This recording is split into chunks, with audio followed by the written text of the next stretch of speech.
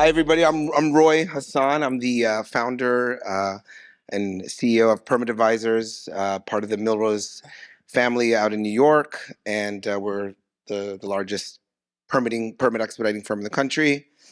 And I've had the pleasure of knowing this guy for quite a long time. When I was 20 pounds lighter, and he had no white hairs. But do you want to introduce yourself? Sure. You done? I'm done. That's all? Yeah, that's it for now. Hi, everyone. I'm Tom. We have known each other for a long time. And Mike. The funny thing about it is I'm only like 20 years old. And this is what happens to us in store development as we age. And we're Stringer. I saw Patrick Stringer last night, wherever he is. I can't see anyone out here. He's going gray. Anyway, great to be here. Great couple days together. I work at Studs. Studs is a male strip club. It's not a male strip club.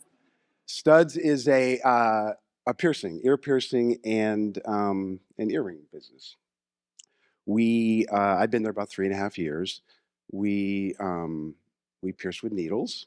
I can talk a lot about piercing. I know a lot about piercing now that I've been there for a little while, but I won't bore you all with that. I don't have any piercings myself, but I've been in store development for many, many years. Back when I met Roy through the years at Abercrombie and Under Armour and Rumble Fitness and some others. So it's been quite a journey.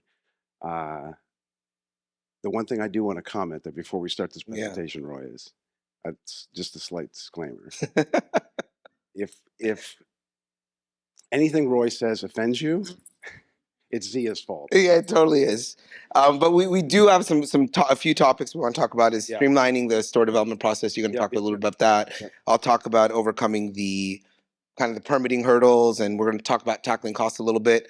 But before that, Tom is going to share a story about him and his daughter, and you'll see why. Yeah. So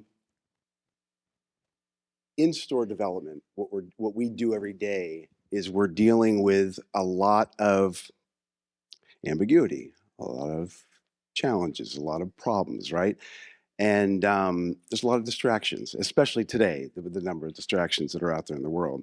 And the image on the screen, this happened a couple years ago, and I thought it was really relevant to talk about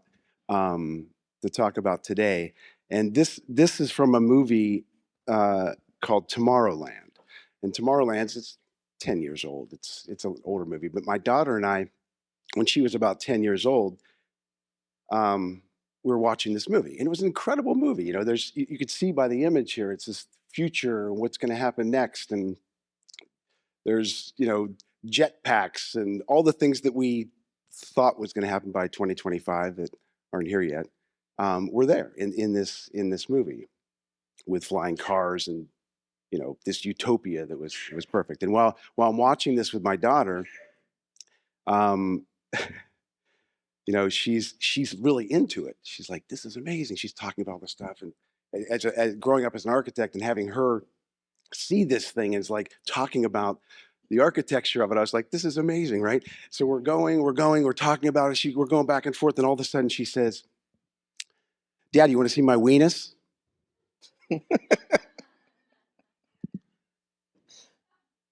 And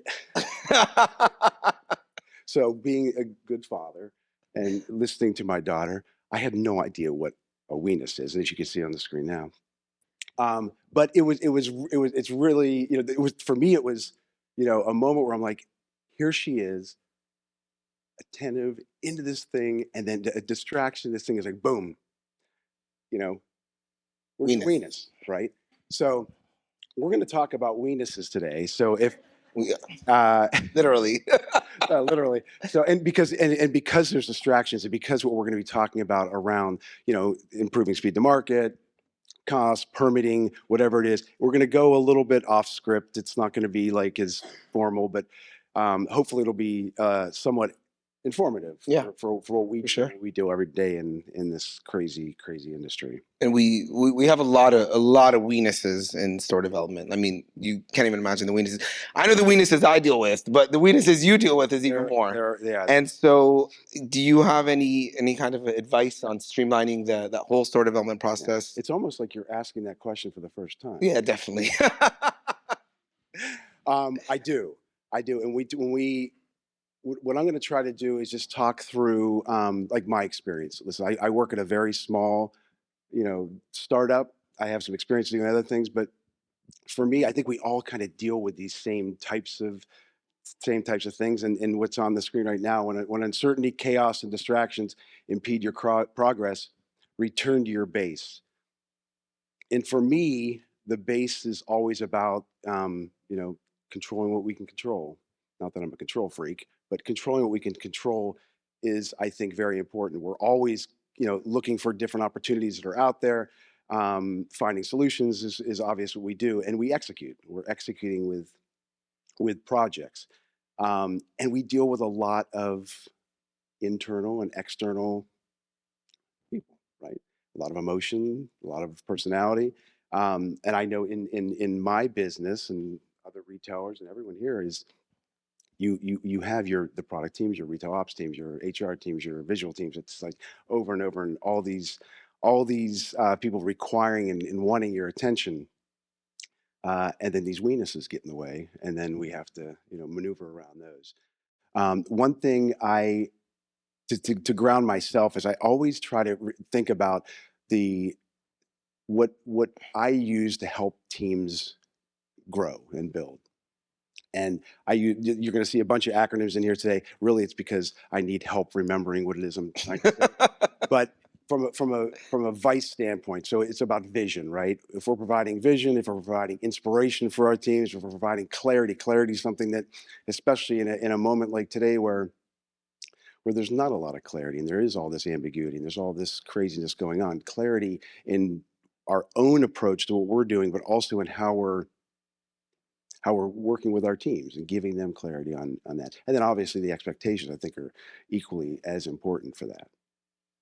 When I think about store development throughout my career, it's mostly been the four quadrants. So real estate, design, construction, facilities. And I think that for me, it's very, very important to things moving all over the place. When I think about connecting the dots between all the different groups, you have and speed the market. You have, from a real estate standpoint, how early we can get everybody involved in the process because we need each other along the way, right? And so from a real estate standpoint, when we're doing work letters, when we're in the LOI phase, when we're doing, what we call a preliminary set, these are things where design and construction and not necessarily facilities in the very beginning, but we're all involved in that to make sure that we're in lockstep. We want to speed things up. We want to save money. We've got to be in lockstep. And the reason for the circle is obvious, right? I mean, we learn around, and if we're not learning as we go and making small tweaks along the process, we're not going to be successful. I'll talk about construction. So there's just some things I'm sharing that maybe you might find interesting, or things that I'm sure we're all doing from a construction and maintenance standpoint to speed things up. But we do a lot of work at the early stages of projects with around due diligence, around pre-con, and it's stuff that is very, very robust pre-con for us. And it's getting everybody involved and working through. Um, Helps us, stay in lockstep and success through the project. Our GC bases, we're a small company, but we use three to four GCs around the country, and maintaining those relationships and having those people available for us is key, certainly to speed things up. From a owner furnished, owner supplied standpoint, we don't buy a lot. But I was conversation yesterday around relationships and partnerships, dealing with small teams and not having a lot of capital to do what we do, we have to lean on our vendor bases a lot, whether it's a partner for professional services or it's a vendor for fixtures or whatever it is. We are constantly, they're activated early and they are there to then, work through the process to help us, again, speed things up. We talk a lot about systems and process and checklists and all those things, the things that typical for startups to shy away from. Words like guidelines and standards, like, no, we can't do that. We want to change this and change that. And what I've learned and what's worked for us is it's okay. 80% of what we do, we have to have dialed in, right? The 20%, if we get that way, everyone feels like they can contribute and help us change things. But we got to have 80% of this thing dialed in. And that's where process and standards and guidelines and playbooks and all those things help us. But I think from a systems standpoint, every place I've been, it's been about creating the systems and specifically technology systems around, Procore or Service Channel or whatever it might be. But those are important things, right, to keep things and having that foundation and that base there so that we can speed things up definitely helps a lot. And using those tools too, the tools that we have, we try to, from even from a Procore standpoint, using it through the entire thing from the early stages of pre-con through bidding and invitations, through financial modeling, through site photos, through weekly reports, whatever it might be. It's using these templates, I think, is key. One thing too is creating templates to speed things up from a, when we talk at the very beginning of a project, our contracts, and we're a small outfit, right? But we have standard contracts that we're using. That's the same contract every time. We have notice to proceed that is the same every time. So it's just rinse and repeat, right? Change a couple notes. So that, and I think templatizing and doing that for us has been helpful. One other thing we do from a construction standpoint is a project manual. So superintendents, we've had challenges lately with some superintendents, and they have drawings, they get drawings, they have permit sets, they're doing their thing, right? What we started doing was we're now giving them the answers to the test. So you have 8 weeks to build one of our stores, you're getting a project manual. Day one, and in that are all the shortcuts, things. If you miss anything, don't miss this stuff. So it's got photos and details. It's the stuff that can't show up in a CD set that is now in a project manual that I think helps them, and then it helps the whole conversation when things come up. They get the red book and they have it on site and it's at their desk. And I think having a project manual for them that has all this, it has a punch list in it that you're going to see in 6 weeks from now, guys. So get ahead and plan ahead. So I think having a project manual for us has definitely helped to improve some of the speed. Got a couple more acronyms to go through. Let's go through it. Go quickly through these. So, and these are for whatever it's worth. From a dig standpoint, it's things we do every day, right? We're defining problems, we're taking initiative, and we're, I was going to say get shit done, but I probably said something different there. The one thing that I think about a lot too, one thing I think about is, we're all problem solvers, right? But problem solving is always so reactionary. And I love the word solution finder because it's about proactive, because it's about getting to the root cause, because it's about preventative measures around it. I think so. I always try to use solutions finder as opposed to problem solving. And the most important one is don't get Folked. Don't get folked.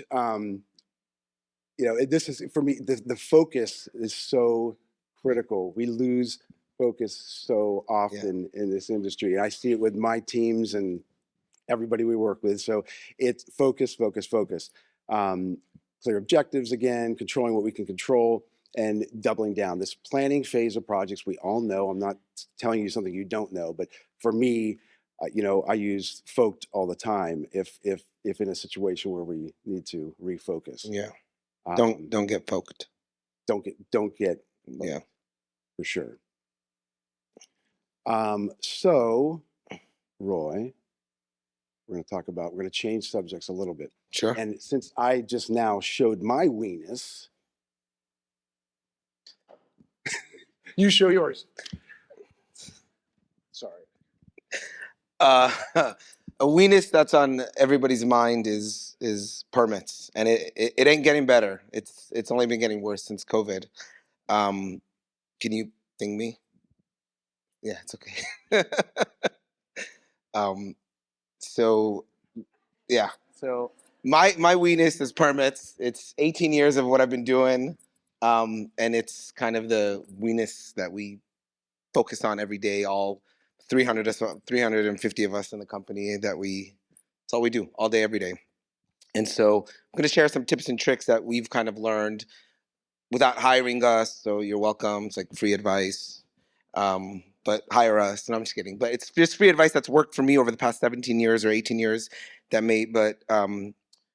so due diligence is our first one. Is kind of the D is for due diligence. Learn the project. All the consultants need to learn the project, learn the scope, learn kind of exactly what's happening, and do the proper research. When we talk about permits, do the research. Who's involved in the city? Is there any other departments that's needed? What exactly is needed to get a permit? And you don't turn any stone. You have to focus on every single detail, because if a detail is missed and you go to pick up that permit, you could be delayed for weeks and weeks, and kind of we know what that's like. All the departments, what jurisdictions are going to be reviewing this, what are the times, and has it changed? Don't go off historic data, go off of new data, and create a project roadmap for permits so you could tie it into your construction schedule. So that's the D. What's your advice around when to get permit advisors involved? Oh, how early? Your Is it like pre-design? Is it pre-con? Is it? Yeah, great question. We had a project this week actually. They asked for a proposal and they asked for us to file the same day as we get the proposal. So there's no time to do due diligence, no time to learn the project, no time to open up lines of communication. So ideally, with the retail rollout world, we like to be involved when when sites go to rec, so we can make any recommendations. You know, if they put a 10-week permitting schedule or a 6-week permitting schedule, we could comment on that before they build out their entire construction and their opening schedule. But that's kind of goes into communication. So we opening lines of communication between everyone, all the consultants, the architect, the expediter, the retailer, everybody needs to be aligned on communication. You know, the architect could blame the expediter could blame the architect. Everybody could blame the city because that's what everybody does. We all blame the city on any delays, but there's kind of ways around that. We love weekly calls.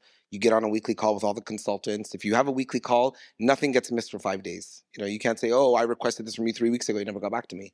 So we like weekly calls, and then communication is not just in house. Open communication with the city, right? Open it with the reviewers. Call each reviewer. Hey, why this is important for me because I need this done at this time. And so communication plays a key role in the success of a project between all the parties and the city and us.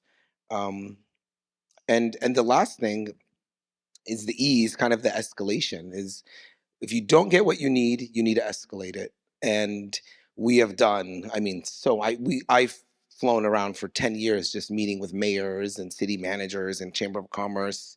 But you start, if you have a new project, you could start with pre-development. You call the mayor's office, hey, we're getting ready to open a store. We're bringing a business. We're bringing 25 new employees, kind of take care of us.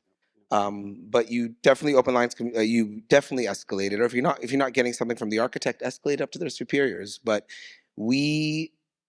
I was doing a project for one of the big box retailers, and the city just wasn't playing ball. And I went all the way up to the mayor's office, and no one was playing ball. No one wanted to help us. It was not a business friendly city. So I sat there and I was like, what can I do to, like, I've gone to the mayor. What am I going to do next? And I called the chief development officer of this retailer, and I was like, you know what? I'm going to freaking call the governor. And he's like, what? I'm like, do you have an issue with me calling the governor's office? So I called the governor's office. They put me in touch with the deputy governor, I don't know what, of development, who then contacted the city. and said, X retailer is trying to open up in this state and you're not playing ball. And we kind of got what we needed. So, Yeah. and then we're doing another site for another big box retailer, and we had to get final, and the building official wasn't playing ball.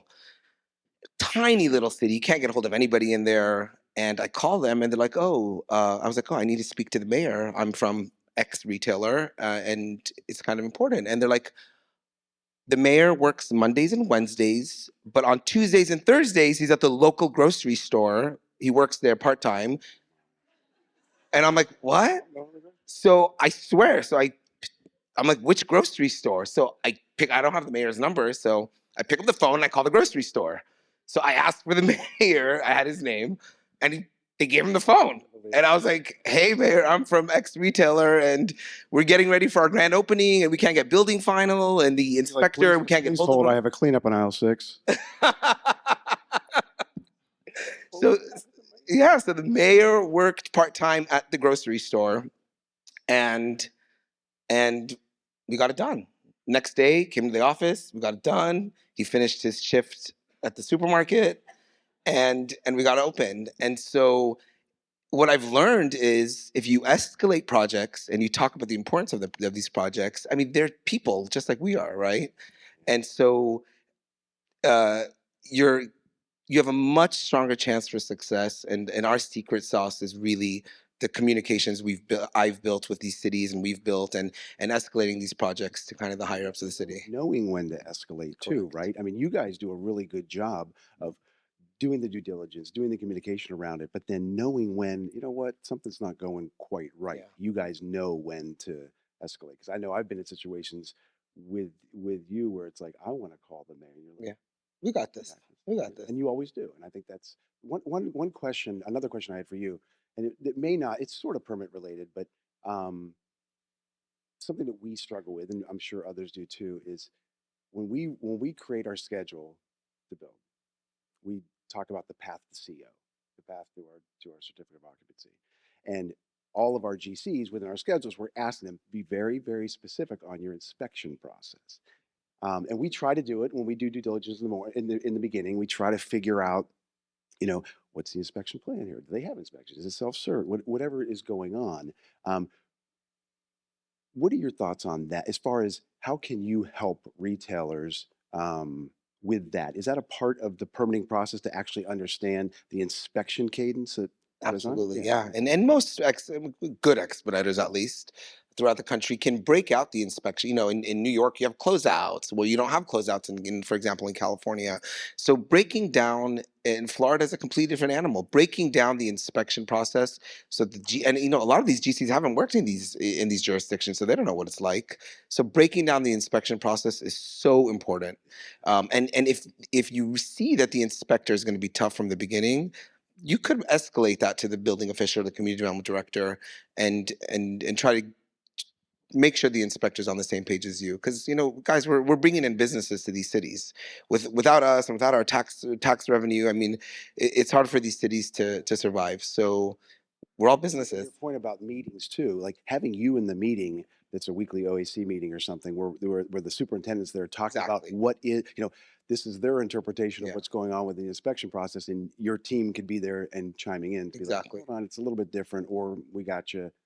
So I agree, it's very, very helpful. Yeah. Totally. And so things have gotten tougher since COVID. I mean, a lot of people are working remote. Cities have less resources, but there are ways around it, right? We call cities and we say, "Hey, you don't have enough reviewers. Yeah. What if we hire an outside review agency? We'll pay for it. We hire an outside review agency. Can you guys get it done faster?" Wow. And so it's really Pretty just cool. improvising, Yeah. and who knows? I mean, with the whole talk about AI right now is kind of a popular one. And cities, I know LA after the fires, we have the fires. LA is looking into incorporating AI right now into plan check and kind of automated plan check. I mean, imagine automated plan check where drawings are Yeah. reviewed through AI for compliance, which can actually help architects too draft plans based off of compliance and have it checked through these softwares that people are working on buildings. So I think we're going to see hopefully we'll see a push with AI making things faster and making things better. Are there other things with AI that you're beyond that one example? Are there other? Well, yeah, I think both on the city end and on the consultant end, we're going to see a push with AI. I mean, hopefully, once the software is fully developed, which I know is kind of in the works, which is different people. But once that's done, cities are lacking reviewers. So to be able to have a system or a software do a check of the plans and then they just take a quick cursory review and issue comments. I mean, it could be self-cert throughout the entire country. Who knows? Who knows what's going to happen? So the future is bright. Let's see. Let's see what happens. Good. Okay, enough about permits. Enough about permits. I'm done with my weeness. Good job. Let's tackle cost a Yeah, little bit. we could talk through costs. I'm not gonna sit here and talk about all the different cost saving measures Of course. that we all do out there. But for me, when we think about projects in general, I always will go back to scope, budget, and timeline, right? Um, if any one of these isn't in line, the project is likely to fail, and one can feed off the other, right? So scope, budget, and timeline for me is something that's top of mind always. It's one of those, again, foundational framework things that I use constantly, is thinking about scope, budget, and timeline. Um, when I worked at Abercrombie and Fitch years ago, back before the Netflix series started. Anyways, but there they talked a lot about, and for me, it was an amazing place to work because they were so maniacal about standard, Yeah. process, and audit. And for me, starting my career there in that environment was incredible. And I've carried that through, and that's what I try to do now. The audit part of it for me is so important because what we talk about a lot at Studs and other companies I've been, we're talking constantly about how do we make the small tweaks, the small improvements to continue to get better. So again, I'm constantly thinking of these wheels and cycles of standard and process and check it and fix it and do all this. But systems is another thing that I talked about it earlier, but for me, the systems and having systems available that you can use and leverage to tap is so critical. Um, One thing, this graphic means nothing to anybody but me, but when I talk about we run and build businesses, right? So um, standards, process. In order to run and build a business effectively, you got to build down, right? You got to build a foundation to then be able to build up. But when any business I've been in, any company I've been at, where we're building a store development team, store development practice, running always wins, right? It's all Sure. that's what we do. So, but for me, staying so focused, trying to stay focused on the building side of it while we're running, because you're constantly learning, you're constantly going. But I think keeping those two in tandem, I think, is key. I had an old graphic I was looking at a couple days ago that, and we've all seen it, that the car going down the road and the guys are hanging out they're changing the tires as the car is going. And to me, that kind of represents that whole idea of running and building together. But at the same time, we can't do everything, right? We can do anything. We can, because that's what we do. We find solutions. We can do anything, but we can't do everything. Yeah. And I think from a cost standpoint, I think that the more that we are, transparent and open with costs and the way things are working, it starts being able to send a message. And if something wants to change, because we all deal with change, we can change it. We can change it all day long, but something's going to have to give. Sure. So, and I think those conversations are sometimes the hardest to have, but I don't know any other way to do that. And then obviously, when all else fails, you just find a way. Yeah. Make it happen. For sure. So I wanted to gauge from the audience kind of what people's weaknesses are. Oh, and good. if they don't, I need you to call them out. Okay. So Tom would like to hear from everyone about some of kind of their weaknesses. And we may not dive into it, but it's kind of good to learn kind of what some of these people's distractions are. So someone has to talk. Yeah. And this is officially the Q&A section. Yeah. Thank you. Question, and I love the story about how you didn't get anywhere from there. And I guess how I would characterize that one thing my former boss taught me, build like an investor. Sure. Yeah, you.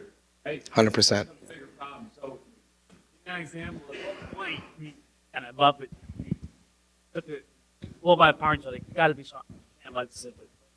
But 90, that's a big move, I feel, on the government. Hey, Of course. how did you sort of vet that with your client? Thought through it. I'm just curious to hear. Absolutely. Yeah. Great question. I was I was personally working on that project. We were a much smaller firm at the time, and I was like, "Oh my God, grand opening is going to get delayed." They had like 45 or 50 new employees, all who have families to feed, and I'm like, "Okay, 50 people aren't going to show up to work. Store's not going to open. They're not going to generate tax revenue. They're not going to generate revenue in general, all because some dude doesn't want to give us an inspection. Like, come on, 50 families need to eat, and they're starting work. Everyone's excited for their first day at their new job, and this guy doesn't want to show up. So one person is affecting 50 people who then affect their families. And at that point, I'm like, this guy can't affect this many people. So I was like, let's store opening is going to get delayed and by a while. And so we stepped in and escalated then. I was thinking about the people. Please, no, go for it. Was there immediate resistance when you went or did it seem the time you built a good case presented about how that to get that perception? Yes, it worked. Well, I was backed up by a really big retailer, to be honest, so that kind of helps.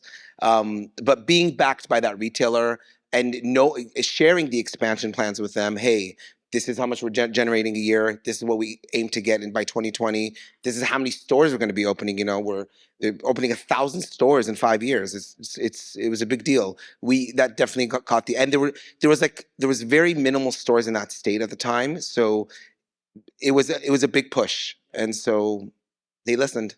I would imagine too, from a just awareness standpoint, we talk about due diligence and getting ahead of it. Yeah. It's also something where you could flip that whole thing instead of escalating later. How can you, before the project even starts, especially if it's a huge retailer that has, Well, I think our time is up, but no one shared their weenuses, so next time I want to hear about it. But thank you guys, appreciate it. Thank you.